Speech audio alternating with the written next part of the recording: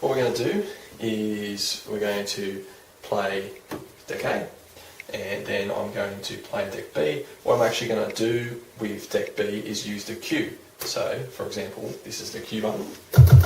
As you can hear, if I push that, it starts to play. Now, if I hold it down, it plays. Now, if I let go, it stops, and it'll be back to where it started from in the beginning. That's what we want.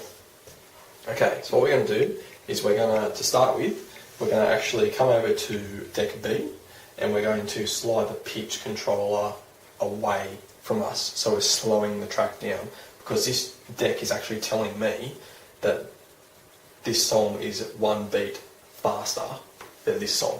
So we're going to slow this down, so we're going to drop the pitch until it says that it's about 125, which is now the pitch has gone down to minus 0.6. Just remember with your decks as well, depending on your pitch accuracy, you might have to play around a bit. Alright, so what we're going to do is we're going to play this song, and then I'm going to bring this song in. Alright, and then we're going to talk about pitch bending, which is what we're really going to do today. So, I'm going to start.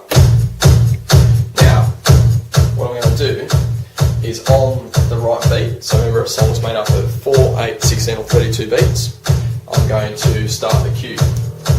So, you'll hear a little change.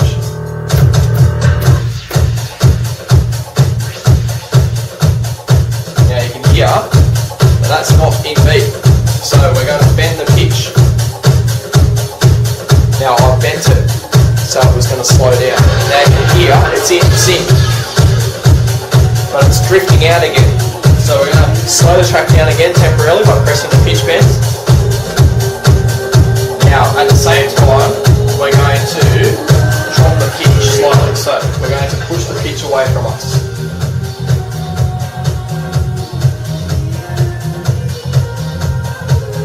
So because we're actually pressing minus on the pitch or rotating anti-clockwise, whatever you want to do, that actually means that we are now, definitely this song is slower. So what we've done is we've slid the pitch away from us to slow this song down, but at the same time we've bent the pitch to keep the track in beat.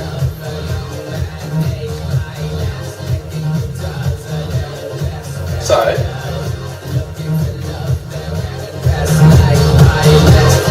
as you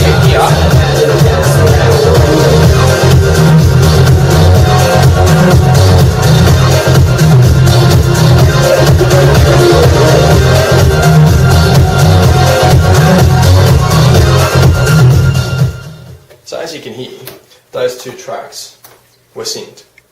So just give you a quick rundown again of what I have done. Is I have gotten deck A, deck B, two nice house tracks, nice predominant beat in the intro. I've started deck A.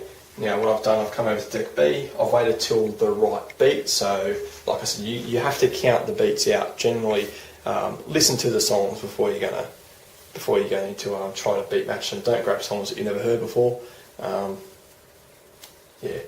Just listen to them. So count the beats out and figure out if it's a 4, 8, 16 or 32 bars, where the little changes are. All songs are different. For example, this song's 32 bars, that's where the little changes happen. This song's like I think 16, where the changes happen. So what you want to do is get deck A, get deck B, play that, cue this one. So we've got that cue on the beat, on the first downbeat, and like I said, hold down the cue, bend the pitch. Remember, if you're bending it, if you're pressing the minus or you're rotating anti-clockwise, that generally means that this song is too fast, which means you're going to have to slow this song down, which, like I said a couple of times now, means pushing the pitch away from you. Move it down in increments of 0.2. You can go 0.1 if you want, might take a while. Depends how out of beat it is. I mean, if it's skipping out really quickly when you let go of the pitch, it generally means that you're pretty far off the track. You're getting closer when it might start skipping out at 16 bars or 32 bars. Then it might be just a 0.1 difference. Or if you got Pioneers, which, like I said, I don't really recommend you go out and buy $1,000 CDJs to start with, but if you have Pioneers, you'll be down to the 0.01. Just remember that each CDJ actually has a pitch accuracy. Pioneers are by far the best, but you can still, as the song's playing, when you're training your ear, you can allow for the lack of pitch accuracy in cheaper models like the Stantons. Yeah, you just basically bend the pitch when it starts going out. Like I said, once you train your ear, you'll pick up on changes before half the crowd does anyway. 9 times out of 10, there's not professional DJs at every single dance club you go to that are just on the dance floor. So most of them are intoxicated anyway, so they're not going to know any difference. But yeah, so practice. That is my strongest advice. Now, stay tuned, because the next video I'm going to actually show you how to actually mix a track.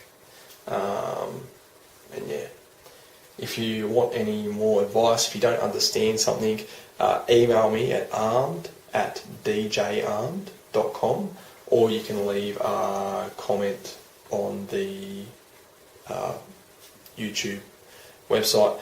I also have a website, www.djarmes.com. I actually do a radio show every couple of weeks. Just to let you know about myself, I'm predominantly a trance and progressive DJ. I did practice when I first ever started many years ago on house. That's why I'm recommending it to you guys.